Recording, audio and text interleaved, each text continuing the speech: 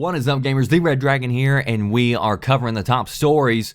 Right now, there is a petition that is going around that people are signing to try to get old Xbox One policies put back in place. The X1 policies that were announced during E3, those ones that everybody else found restrictive. Now, there were a lot of people, and I won't say a whole lot, but there were a number of people who were pretty upset that Microsoft ended up changing their policy because they saw the benefits that were going to be given to Xbox players as overriding the restrictions that everybody else saw. So some people said, you know what, I'm completely fine with going all digital. I understand where Microsoft is trying to go with this, and I'm okay with this because they wanted things like the family share plan where you could have 10 people, and apparently these people could be located anywhere around the world. They don't have to be your family, but it's called the family share plan. You pick 10 players, and those people are like your super best friends or your family, and you can then share your whole game library with that person. Now, whenever Xbox One came out and they announced that they were going to be changing up the policies of Xbox One and that they were going to then allow you to play your games offline and such, they said at the time that some of the features because of that would miss out on the launch, or at least that's what it appeared that they were saying. So here is the latest of what we got. First, let me address this petition. I will say that everybody who signed that petition is not an Xbox One fan, okay? And they don't have Xbox One's best interests at hand. Many of the people who signed up, they were signing it, and even if you read the signatures, they'll gladly admit that they are not on Xbox's side.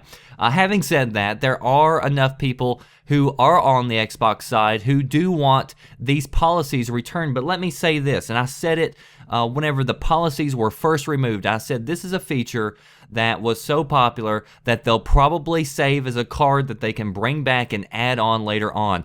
I think it's ridiculous to want to go completely back over to the policies that Microsoft originally intended, because I sincerely believe that they can implement all the policies that they originally had and still keep this offline game mode. So what they're doing, here is what we've got. Mark Whitten was given an interview to IGN, and he says, quote, "We took some feedback and realized that there was some stuff we needed to add to the program. To add it to the program, we had to make room just for a pure engineering perspective to be able to get that work done. So taking family sharing out of the launch window was not about we're going to take our toys and go home or something like that. It was just sort of the logistics of how do we get this very, very clear request that people want, i.e. the ability to play offline, and how do we make sure that we can do an excellent job of that, get that to launch, and then be able to build a bunch of great features."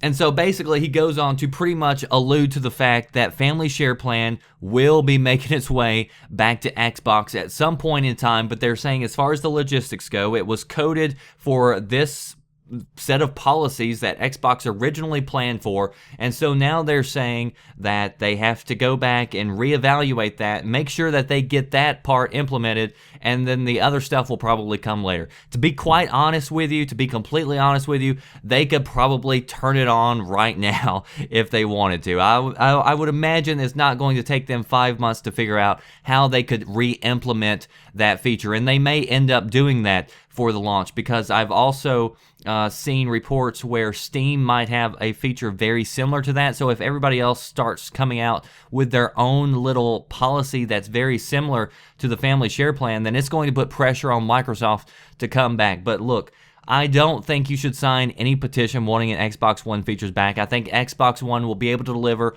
all those features and more, including the ability to play offline game modes.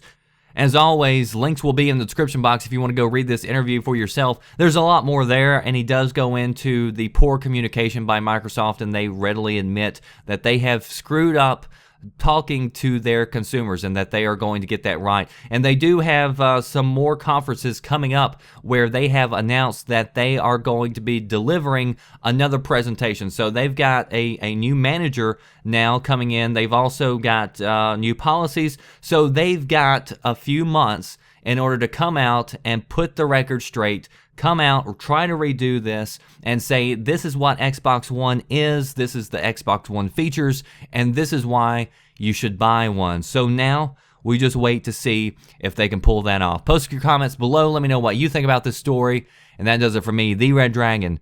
I'll see you next time. Thanks for watching.